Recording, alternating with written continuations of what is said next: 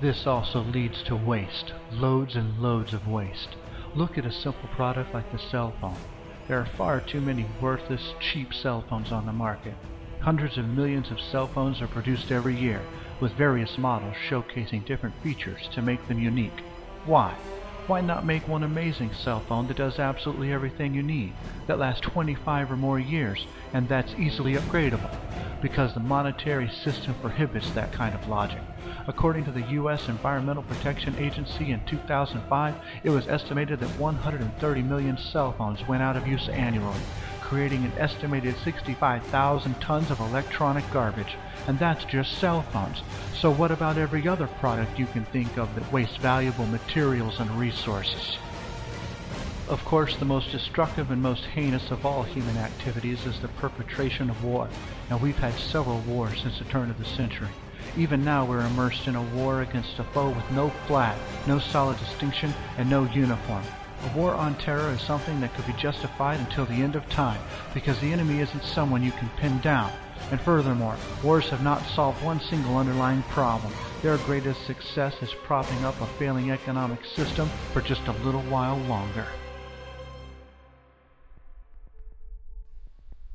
World War I, II, Korea, Vietnam, the Gulf Wars, and our current war on terror has cost the lives of hundreds of thousands of people and the destruction of millions of tons of irreplaceable resources, but have yet to solve any of our social problems.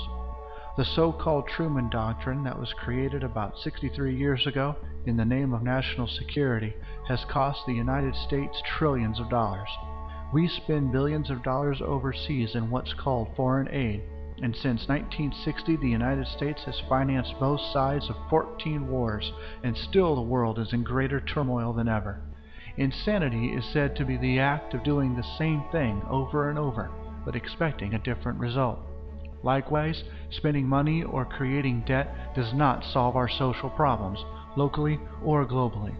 The issues addressed in this video up to this point should make that perfectly clear by now, that the monetary system, born of agrarian culture, with hand tools, human perspiration, and all of its scarcity values, is incapable of managing affairs in a high-energy, technologically advanced civilization. Politics doesn't matter. Forms of government don't matter. Culture doesn't matter.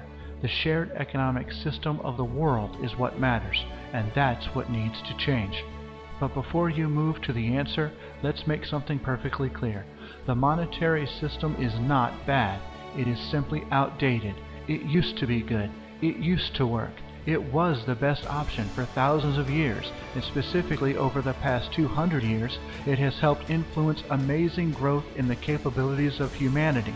But times change.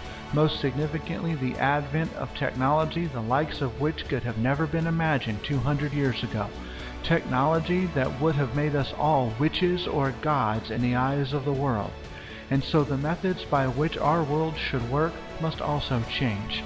It is in the best interest of the whole human race, not separated by color, gender, faith, or lack of faith, to move on to a better system. Now, to find that answer, we must make a new approach, seek a new idea, and employ a new technique. The solution is a social system that is based on a scientific method that eradicates the monetary system in favor of a system that allows for the global resource management of the entire Earth. We must declare that the Earth and all its resources are the common heritage of the entire human race, and technology gives us the capability to properly and absolutely provide a high quality of life for every man, woman, and child on this planet.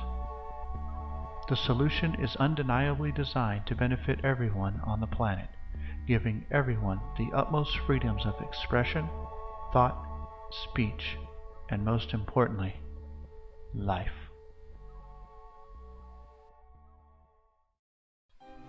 If you are a person of faith, consider this.